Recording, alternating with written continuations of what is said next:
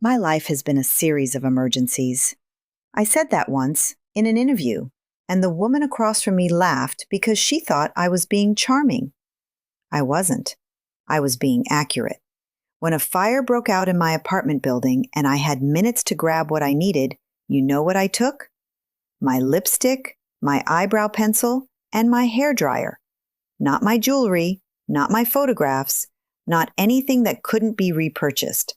I took what I needed to look like Lana Turner when I walked back out into the world, because Lana Turner was the thing I had built, and I wasn't about to let a fire take her. But there are emergencies you cannot put lipstick on and walk away from. April 4th, 1958 was that kind of emergency. That was the night a man stood in my bedroom and threatened to slash my face with a straight razor, and to kill me, and to kill my mother, and to kill my daughter.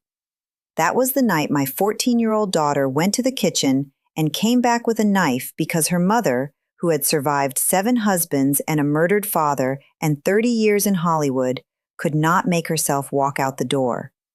My daughter did what I couldn't do. She was 14 years old. I had spent 2 years convincing myself that Johnny Stompanato was the romance I'd always wanted. That is what I wanted, always. Not sex, as I told an interviewer plainly. Sex didn't mean much to me. It was romance I wanted. Kisses and candlelight, that sort of thing. And Johnny gave me romance right up until the moment the romance ran out. And what was underneath it was a man with a straight razor and a temper and connections to the Mickey Cohen crime syndicate, and my child standing in the doorway with a knife. That is the story. All of it follows from those 2 facts.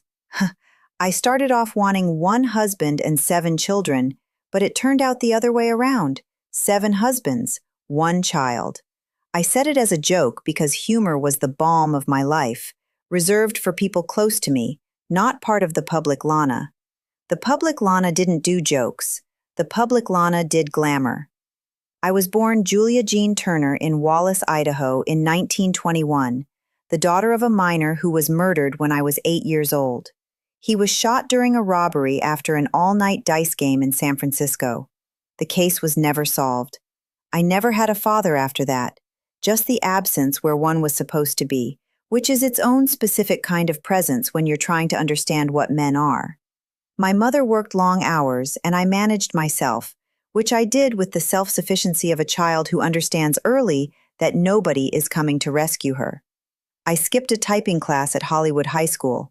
I hated typing, and I still can't do it, though eventually I could afford to have people do it for me. And I was sitting at the counter at the Top Hat Cafe on Sunset Boulevard, sipping a Coke, when William Wilkerson of The Hollywood Reporter walked by, saw me, and asked if I'd like to be in pictures. I said I'd have to ask my mother. My mother said yes. That was how Lana Turner was invented. Not at MGM, not in a meeting, but at a drugstore counter on Sunset Boulevard, by a girl who had gone truant because she hated typing. Some things are meant to happen. I believe that. The good things and the terrible ones. MGM signed me in 1937. They called me the sweater girl because my first scene had me in a tight sweater at a drugstore counter, poetic given where I had been discovered. They built the image, the blonde hair, the curves, the particular kind of desirability that the 1940s understood and packaged and sold on the cover of magazines. I was a pinup for the soldiers during the war. I was the girl the boys were fighting to come home to. I was beautiful, and I was willing to be used as a symbol of beauty, and for a long time I did not distinguish between the two enough to protect myself from either. I had an acting ability that belied the sweater girl image, as my directors admitted when they were being honest. The Postman Always Rings Twice in 1946 was the first time anyone let me use it. I finally got tired of making movies where all I did was walk across the screen and look pretty. That role gave me a woman with hunger, desperation, moral ambiguity that the sweater girl was not supposed to have. I had all of it. I had always had all of it. They just hadn't asked for it yet. It was all beauty, and it was all talent, and if you had it, they protected you. I said that about Hollywood, and I believed it for longer than the evidence warranted. Hollywood protected you as long as the numbers justified the protection. The moment the numbers changed, the protection went with them. I spent 30 years learning that lesson. Johnny Stompanato wore a gold bracelet with the word Lanita engraved on the inside. He had it made for himself. Lanita, Little Lana in Spanish, his private name for me. I found it romantic. I found everything about him romantic for longer than was sensible, and I have never been entirely able to explain why, except that the answer probably lives somewhere in the story about the murdered father and the specific need that produces in a girl who spends 30 years looking for it in the wrong men. He was a bodyguard, an associate of Mickey Cohen, the Los Angeles crime boss, which I knew and chose not to examine too closely because examining it too closely would have required me to stop, and stopping was not something I was good at once I had decided a man was the romance I was looking for. A gentleman is simply a patient wolf. I said that once. Johnny was neither particularly patient nor particularly gentle, but I didn't know that yet in the spring of 1957 when he started sending flowers to the set. He was B-picture good looks, thick-set, powerfully built, soft-spoken, talked in short sentences. My daughter Cheryl's description. She was watching him more carefully than I was. He had watchful, hooded eyes that took in more than he wanted anyone to notice. His wardrobe consisted of roomy slacks, a silver-buckled leather belt, and lizard shoes. He never smiled or laughed out loud. He was coiled. I thought the coiled quality was exciting. My daughter thought it was dangerous. She was right, and I was wrong. I would spend the rest of my life knowing that. He wore that bracelet every day, Lanita. His property, engraved in gold, worn on his wrist. I thought it was a love token. It was an ownership document. The difference between those two things should have been obvious to a woman who had been in Hollywood for 20 years. It was not obvious to me. The romance I was looking for had a specific blind spot, and Johnny Stompanato had found it the first week he sent flowers. In March 1958, I attended the Academy Awards ceremony. I had been nominated for Best Actress for Peyton Place, the first nomination of my career, arriving when I was 36 years old, vindicating 20 years of trying to convince directors that the sweater girl could actually act. I finally got tired of making movies where all I did was walk across the screen and look pretty. Peyton Place gave me the chance to do real acting, and I was not going to miss the ceremony. Johnny told me I was not going without him. He had been furious throughout the making of Another Time, Another Place in London the previous year, convinced I was having an affair with my co-star, Sean Connery. He went to the London set and threatened to kill Connery. Connery knocked him unconscious with one punch. When Johnny came to, Connery told him that if he ever saw him again, he would finish the job. Johnny left London the next day.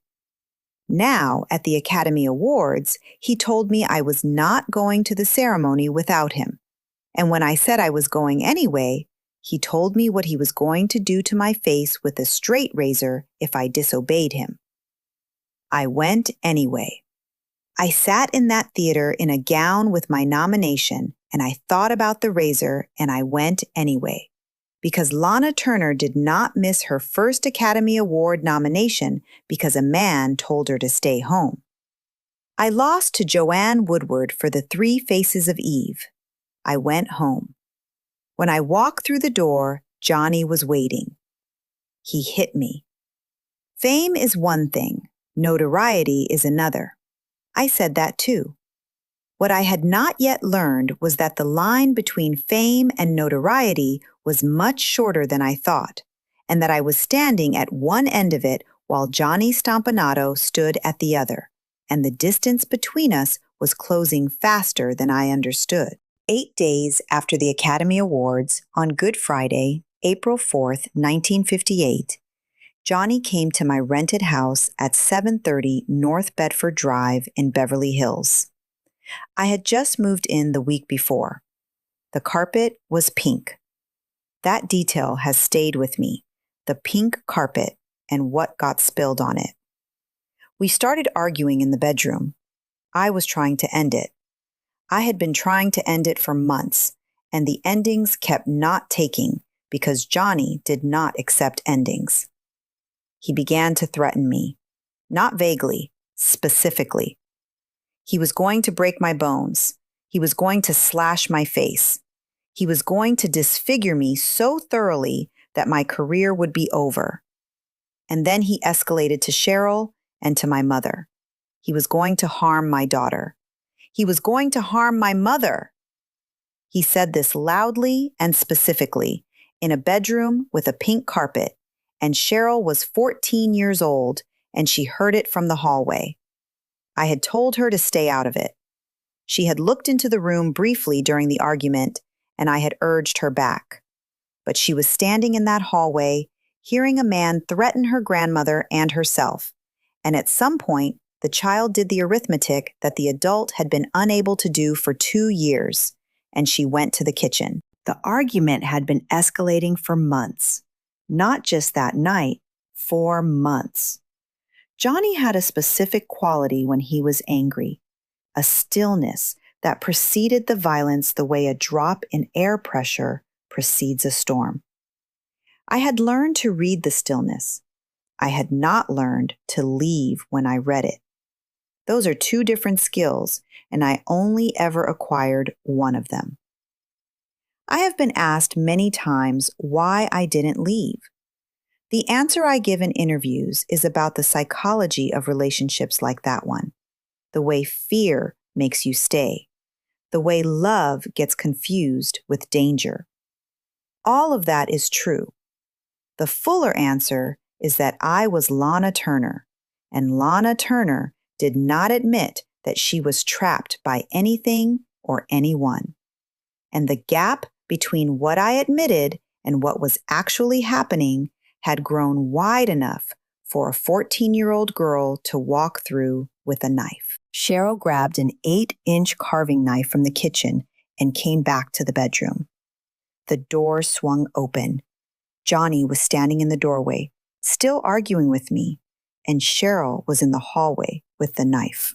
What happened in the next few seconds is something she has described differently at different times across 65 years, and the inconsistencies are not a lie. They are what trauma does to the sequence of events in a person's memory. What she said in her 1988 memoir is this. She thought at first that she had punched him in the stomach. She felt the impact and thought it was a punch. Then he started to gurgle and choke. And she looked down and realized she was holding a knife, and the knife was no longer clean. He collapsed. He died before the ambulance arrived. Cheryl was 14 years old. She turned herself in to police in the early morning hours of April 5th. At the coroner's inquest on April 11th, the jury deliberated for less than half an hour and ruled the death justifiable homicide in defense of her mother. Cheryl was cleared of any wrongdoing. She was a child who had protected her mother. She was also a child who would spend the next decade in reform schools and psychiatric institutions because the system had no other category for a 14-year-old girl who had done what Cheryl had done, regardless of why she had done it. The law said she was innocent. The state put her in El Retiro School for Girls anyway. Those two things happened simultaneously, and neither canceled out the other. Before I called the police, I called the studio doctor. I am not going to pretend this was an innocent decision, because it was not an innocent decision. A woman whose career had been built by a studio and who was in the middle of the biggest scandal of her life made a phone call in those first minutes that was about managing the situation before it became unmanageable. The studio doctor arrived. Time passed. Then the police were called. This detail was noted by investigators and has been noted by every journalist who has written about the case since. What happened in those minutes between the death and the police call has never been fully explained. At the coroner's inquest, my testimony was the centerpiece. Every radio station in America covered it live. I walked into that room and told the story. Johnny's threats, Cheryl's intervention, the argument, the knife, and I told it with the controlled emotion of a woman who had spent 30 years performing for audiences and who understood that this performance might save her daughter's life. I wept. I was specific. I was composed when composure was needed, and I broke when breaking served the truth. The jury ruled in 11 minutes. Justifiable homicide. Every dinner table in America was talking about it. Time magazine would later call it one of the crimes of the century. The courtroom had been a circus. Photographers outside, reporters filing copy minute by minute, the public riveted by the spectacle of Hollywood's private life made public in the most dramatic possible way. The good girl and the bad man, and the child with the knife. America understood that story. America had always understood that story. What America did not know, sitting at those dinner tables, was that the woman who testified so movingly about protecting her daughter had called the studio doctor before the police. That detail existed in the record and was noted by everyone paying close attention and ignored by everyone who wanted the simple version. The simple version was better. The simple version sold more papers. Mickey Cohen, furious about Stompanato's death, released the love letters Johnny and I had written to each other. Intimate, embarrassing letters printed in newspapers across the country. I had planned on one husband and 7 children. Instead, I had 7 husbands and my private correspondence on the front page. Cohen stood at Stompanato's grave and said he had been a fine man. He had the Lanita bracelet buried with him. The bracelet with my name on it went into the ground with the man who had threatened to slash my face, and I was still standing in the light of 100 cameras, trying to figure out how to survive what came next. The scandal should have ended my career. That was the reasonable expectation. A movie star's gangster boyfriend stabbed to death in her bedroom by her 14-year-old daughter. The studio quietly let my contract lapse. The tabloids printed everything. My private letters were on the front page. 6 months after Good Friday, Imitation of Life was released. Douglas Sirk directed it. I played a widowed single mother whose daughter is trying to pass as white. A story about women, about identity, about the specific violence of a child who rejects her mother. Given what had just happened between me and Cheryl, the casting was either brilliant or cruel, and I have never entirely decided which. The film made $17 million. It was the biggest box office hit of my career. The scandal that was supposed to destroy me turned out to be the thing that made audiences want to see me more. The woman who had been through the fire and was still standing there in her gown, still glamorous, still Lana Turner. They came to see if I was going to crack. I didn't crack. I performed. Imitation of Life is still shown. It is still discussed. It is the film historians mention when they talk about my work. It came out 6 months after the worst night of my life. Douglas Sirk was the most important director I ever worked with. He had an authoritarian manner, but he expressed it differently than anyone else I had encountered. Mr. Cirque would ask, "May I speak with you?" and sit down and say, "I think this should be done this way. And how do you feel about it? Do you feel it that way?" I had never had a director ask me how I felt about something. I had been asked to walk across the screen and look pretty for 20 years. He asked me how I felt. The performance that came out of those conversations is the best evidence of what I was capable of when someone bothered to ask. The parts that were less joyous were preparing me, testing me, strengthening me. I said that about my life generally, and I meant it. An imitation of life is the proof. The audience that came to see if Lana Turner would crack stayed to watch one of the finest performances of my career. The emergency produced the art. That is not a lesson I would have chosen. It is what happened. My daughter was made a ward of the state. After the inquest, after the justifiable homicide ruling, after the world decided Cheryl was the hero of the story, the state of California put her in El Retiro School for Girls in Sylmar, described as a facility for psychiatric therapy. She was there because she had done something the law had ruled was justified, and the system had no other place to put her. She escaped twice. Both times she was returned. She was released in January 1961, 2.5 years after April 4th, 1958. I sent her to a psychiatric institute in Hartford, Connecticut, because I was worried she was still suffering from the trauma. She was suffering. What I did not know yet, what she would not tell me until her memoir in 1988, was that part of what she was suffering from was not the night of the pink carpet, but the years before it.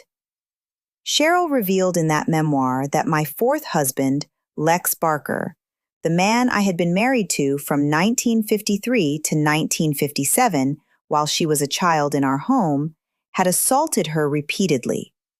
She had not told me during the marriage. She had not told me after. She was in her 40s when she finally put it in print. "I don't think I realized how difficult it was," I said on television in 1982, talking about her childhood. Forgetting the tragedy for a moment, just the growing up. I didn't exactly think that I was stupid at the time. Sure, I would like to change a lot of things. Cheryl was famous at birth and pampered silly, her own description of her early years. Famous at birth because of me, pampered when I was present, and abandoned when I was not. Raised in a household where the revolving door of my marriages meant that the men in the house changed every few years and the child adapted to each one. I was not stupid. I was not paying close enough attention. Those are the same failure wearing different names. In the last years of my life, I changed the beneficiary of my estate from Cheryl to my housekeeper. I left Cheryl $50,000. My housekeeper got nearly $2 million. The apartment in Century City, the profit participation from Imitation of Life. Cheryl, who had been 14 years old in my kitchen on Good Friday, who had picked up a knife to protect a woman who had not always protected her, who had spent years in state facilities and decades processing what those years in my household had done to her. Cheryl got $50,000. I have never been able to explain this to my own satisfaction. She wrote 2 memoirs. She became a real estate broker in Palm Springs.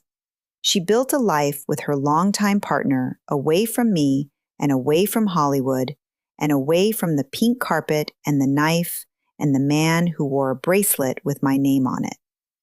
In 2008, she wrote a book called Lana, The Memories, the Myths, the Movies. She was generous to me in it, more generous than the $50,000 warranted. I died in 1995 at 74 years old of throat cancer. I had appeared in 53 films. I had 7 husbands. I had been the sweater girl and the nightclub queen, and the woman whose first Academy Award nomination arrived the same year her lover was stabbed in her bedroom by her teenage daughter. The most important tool of my trade was a mirror. I said that. I spent my career looking at Lana Turner in the mirror and making sure she was ready before she walked out the door. The fire evacuation with the lipstick and the hairdryer was not vanity, it was professionalism. Lana Turner did not appear in public without Lana Turner being ready to appear. That discipline carried me through things that should have finished me. The inquest, the tabloids, the letters, the years after 1958 when the industry watched to see if the scandal had broken me. It had not broken me. It had, as I said, prepared me and tested me and strengthened me. That is the only way I know how to account for what imitation of life was and what it proved and what I left behind. A woman who survived a series of emergencies and made the best work of her career 6 months after the worst one. The thing about happiness is that it doesn't help you to grow. Only unhappiness does that. I said that. I believe it.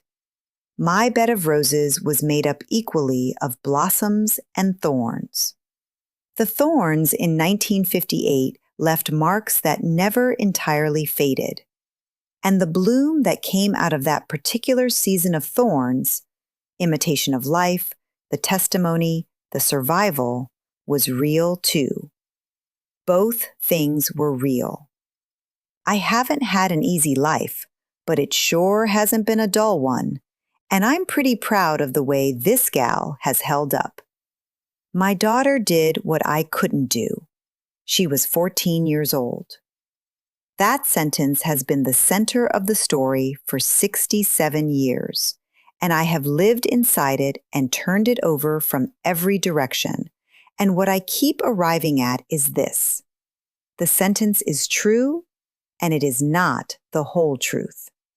The whole truth includes the years before the knife, the years I was not looking closely enough at what was happening in my own house, the years I chose the romance over the reality because the reality required a kind of attention I had never learned to give.